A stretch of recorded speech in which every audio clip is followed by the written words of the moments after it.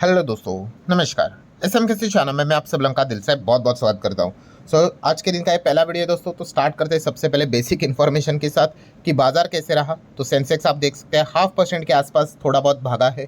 Nifty भी अगर आप देखोगे 0.5% के आसपास, बट यस काफ़ी इंटरेस्टिंग रहा बाजार, क्योंकि पहले अगर हम लोग देखें तो काफ़ी अच्छी तरीके से गिरावट देखने को मिली थी। 25,500 के नीचे तक हम चले गए थे। फिर बीच में तो ऐसा लगा था कि चलो बैंड तो यहाँ पे बच गई, बट बाद में हम देख सकते हैं काफ़ी शार्प रिकवरी देखने को मिल गई। और सिर्फ रिकवरी नहीं, एक तरफा जो रैली देखने को मिली है, पुराना जो लेवल था उसको तो तोड़ दिया, हरे रंग में आ गए। और ऊपर से अगर आप देखोगे 25,500 के ऊपर भी काफ़ी, इनफैक्ट 25,600 के ऊपर, ठीक है, काफ़ी कंफर्टेबली हम लोग क्लोज होते हुए देखने को मिल गए। बीच में 25,700 के भी ऊपर चले गए थे, बट चलिए थोड़ा सा वहाँ से हम लोग को नीचे आते हुए देखने को यहाँ पे मिल गए हैं।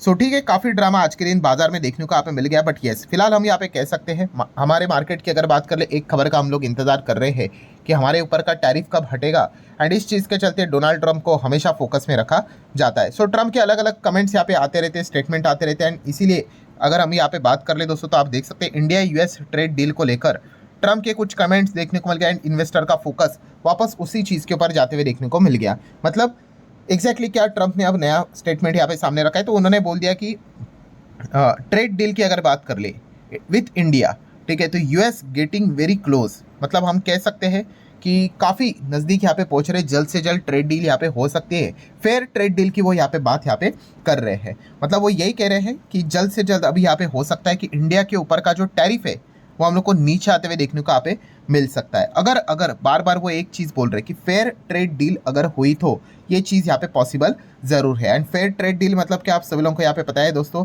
कि यस, कि रशिया से जो ऑयल हम लोग यहाँ पे खरीद रहे हैं, अगर वो हम कट करेंगे, पूरा बंद तो नहीं होता है, बट अगर वो हम कट करेंगे, सो फिर यहाँ पे हम कह सकते हैं कि जो खास करके हमारे ऊपर तो 25+25 ऐसे दो टैरिफ लगे। ये एक तो रेसिप्रोकल टैरिफ है जो दुनिया के ऊपर लगाया है, और ये स्पेशल 25% का जो टैरिफ लगाया है, पेनाल्टी भी आप चाहो तो कह सकते हो, वो रशिया से हम ऑयल खरीदते इसीलिए लगाया है। सो अगर हम रशिया से ऑयल खरीदना अगर बंद करेंगे, कम करेंगे, इसका प्रूफ अगर मिल जाता है, सो वो यहाँ पे उन्होंने ऑलरेडी हिंट दिया है ट्रंप ने कि वो क्या कर सकते हैं, फिर इंडिया के ऊपर के जो टैरिफ है उसको नीचे यहाँ पे ला सकते हैं। एंड फिलहाल अगर देखा गया दोस्तों, इसी पॉइंट को लेकर कुछ हम लोग को हिंट्स देखने को मिल रहा है कि इंडिया ने रशिया से जो ऑयल हम लोग यहाँ पे खरीदते हैं वो कट कर दिया है। मतलब दिसंबर मंथ की बात करें, दिसंबर तो अभी आया नहीं, बट इस चीज़ के लिए मतलब फ्यूचर में तो डिमांड्स मतलब बाइंग करनी पड़ती है, उसी से रिलेटेड कॉन्ट्रैक्ट्स होते हैं।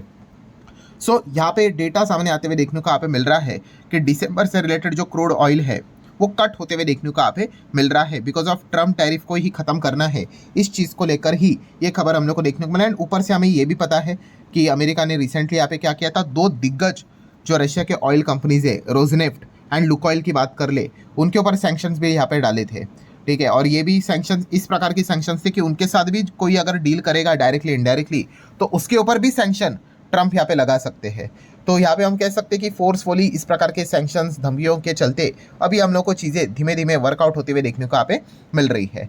सो लेट्स सी अब इंडिया और अमेरिका के बीच में ट्रेड डील होती है कि नहीं। हालांकि एक जो बात मैंने आप लोगों को हमेशा बताई है कि अमेरिका में सुप्रीम कोर्ट में क्या फैसला निकल कर आता है, ये काफ़ी इंपॉर्टेंट चीज़ यहाँ पे होगा, ठीक है। उसके पहले ऑफिशियली ट्रेड डील का अनाउंसमेंट होना प्रैक्टिकली थोड़ा सा मुश्किल भी यहाँ पे हो सकता है। बट सुप्रीम कोर्ट की जो सुनवाई है उससे रिलेटेड डेट भी मैंने आपको बताई, अगला जो मंथ है दिसंबर, उसके पहले हफ्ते हम लोग को देखने को मिलने वाला है। मतलब अभी काफ़ी टाइम यहाँ पे है, तो उसके पहले इंडिया और अमेरिका की ट्रेड डील होगी, उसके चांसेस थोड़े थोड़े से तो कम हम लोग को देखने को यहाँ पे मिल रहा है। लेट्स सी एग्जैक्टली आउटकम क्या निकल कर आता है।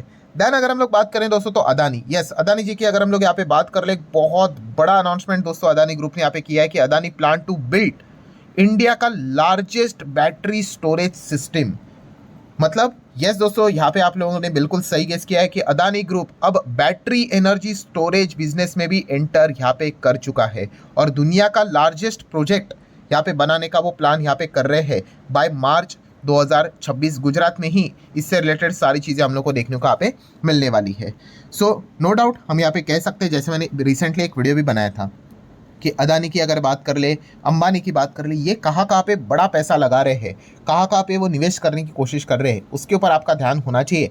वहाँ पे आपको सरकार से रिलेटेड अच्छी पॉलिसियाँ, सपोर्टिव पॉलिसियाँ ज़रूर देखने को यहाँ पे मिलेगी। सो आप देख सकते हैं बहुत बड़ा बैटरी स्टोरेज सिस्टम से रिलेटेड ये काम वो करते हुए देखने को यहाँ पे मिल रहे हैं। तो इस सेक्टर में हम लोग को पहले से ही सरकार का सपोर्ट है, और भी अच्छा खासा सपोर्ट इंसेंटिव आने वाले समय में देखने को मिल सकते हैं। नेक्स्ट अगर हम लोग बात करें दोस्तों तो इंटर ग्लोब एविएशन, इंडिगो की बात कर ले। सो इंडिगो की अगर मतलब अगर आज के दिन अगर हम देखेंगे काफ़ी अच्छी रैली देखने को यहाँ पे मिल गई, 4% के आसपास स्टॉक भागते हुए देखने को मिल गया। तो इसके पीछे का रीज़न क्या है दोस्तों, तो इंडिगो ने यहाँ पे MOU, आसान भाषा में अगर बोल दूँ तो पार्टनरशिप की है चाइना की जो साउदर्न एयरलाइंस जो देखने को यहाँ पे मिल जाती है उसके साथ। सो हम यहाँ पे कह सकते हैं कि अब डायरेक्ट यस आप देख सकते हो इंडिगो कमेंट्स अ डेली, दिल्ली से लेके ये जो चाइना का हम लोगों को शेयर जो देखने को यहाँ पे मिल जाता है, डेली फ्लाइट्स उड़ते हुए देखने को यहाँ पे मिल जाएंगे। सो रिसेंटली हम लोगों ने देखा था कि इंडिया और चाइना में डायरेक्ट फ्लाइट्स हम लोग को देखने को नहीं मिलते थे बिकॉज टेंशन रहता था। बट जैसे ही ट्रंप ने टैरिफ का खेल शुरू किया, इंडिया ने भी क्या कर दिया कि भाई हम भी चाइना के साथ थोड़ा सा क्लोज होने यहाँ पे लग गए और बहुत सारे जो हमारे पुराने जो रिश्ते खराब वाली जो चीज़ें थी उसको रिज्यूम करने लग गए। सो इसमें से सबसे पहला पॉइंट तो यही था कि डायरेक्ट फ्लाइट्स यहाँ पे नहीं है। एयरलाइन की अगर हम लोग बात कर ले तो काफ़ी कुछ रेस्ट्रिक्शंस है, तो वो हटाने यहाँ पे स्टार्ट कर दे और इसी चीज़ का फ़ायदा अब इस प्रकार की कंपनीज को मिलते हुए देखने को यहाँ पे मिल रहा है। नेक्स्ट अगर हम लोग बात करेंगे आज के दिन सबसे ज़्यादा जो पिटाई हो गई, बजाज फाइनेंस की ज़बरदस्त पिटाई होते हुए देखने को मिल गई। इसके पीछे का रीज़न तो हम लोग को ऑलरेडी पता था कि मतलब 8-8% बजाज फाइनेंस का शेयर गिरना ये कोई मजाक की बात नहीं, 7-8% की गिरावट। सो रीज़न क्या है, तो सबसे पहले तो रीज़न यही है कि भाई कंपनी के जो नंबर थे, ठीक है, नंबर क्वार्टरली ईयरली कोई ख़राब नहीं थे, बट एस्टिमेट की अगर हम लोग बात कर ले यस उसको थोड़ा सा यहाँ पे वो मिस कर गए। ठीक है, आप चाहो तो मेरा कल का वीडियो देख सकते हो, वहाँ पे मैंने आपको बताया कि कितना प्रॉफिट एक्सपेक्टेड था और एक्चुअल में कितना है। क्वार्टरली ईयरली कोई दिक्कत की बात नहीं, EPS कोई दिक्कत की बात नहीं, but fall short of estimate थोड़ा सा यहाँ पे हम लोग को वो गिरावट देखने को मिला। एंड ऊपर से अगर हम बात कर ले तो मैनेजमेंट ने जो गाइडेंस भी यहाँ पे दी है, ग्रोथ गाइडेंस, ठीक है, सबसे इंपॉर्टेंट चीज़ विटामिन जी ही होती है। सो ग्रोथ गाइडेंस उन्होंने एक कट यहाँ पे किया है और इसी चीज़ के चलते एनालिस्ट तो पीछे पीछे आ ही जाते हैं डाउनग्रेड करने के लिए। तो इन पॉइंट्स को लेकर हम यहाँ पे कह सकते हैं कि बजाज फाइनेंस में अच्छी खासी पिटाई होते हुए देखने को मिली है। सो बजाज फाइनेंस गिर गया समझ में आता है, बट बजाज फिनसर्व क्यों गिर गया, तो इसके पीछे का रीज़न भी बहुत ही सिंपल है, जो कि है बजाज फाइनेंस का शेयर होल्डिंग पैटर्न। मतलब बजाज फाइनेंस का कंट्रोल किसके पास है, बजाज फिनसर्व। सो अगर बजाज फाइनेंस अगर गिरेगा तो फिनसर्व भी गिरेगा। तो आप देख सकते हैं शेयर होल्डिंग पैटर्न में प्रमोटर में 54.67% जो स्टेक प्रमोटर का देखने को मिल रहा है, उसमें से फिनसर्व का कितना है 51.32। तो ये अल्टीमेटली क्या है, बजाज फाइनेंस बजाज फिनसर्व की सब्सिडरी कंपनी है और we can say Bajaj Finserv ये बजाज फाइनेंस की पेरेंट कंपनी है। ठीक है, उसके बाद भी जो महाराष्ट्र स्कूटर देखने को मिल जाता है ये भी बजाज ग्रुप की कंपनी है, उसके पास 3% का स्टेक है। ठीक है, तो इसीलिए बजाज फाइनेंस जब भागता है तो बजाज फिनसर्व भी भागता है एंड वाइस वर्सा। अगर वो पिटेगा तो ये भी पिटेगा बिना किसी कारण के। तो यही सिनेरियो आज के दिन हम लोग को इस B2 कंपनीज में हम लोग को देखने को यहाँ पे मिल चुका है। नेक्स्ट अगर हम लोग यहाँ पे बात करेंगे दोस्तों तो डिविडेंड, यस डिविडेंड से रिलेटेड काफ़ी लोगों ने यहाँ पे कमेंट भी यहाँ पे करते रहते हैं, अलग अलग कमेंट्स यहाँ पे आते रहते हैं, प्रैक्टिकली हर चीज़ को कवर करना मुश्किल हो जाता है।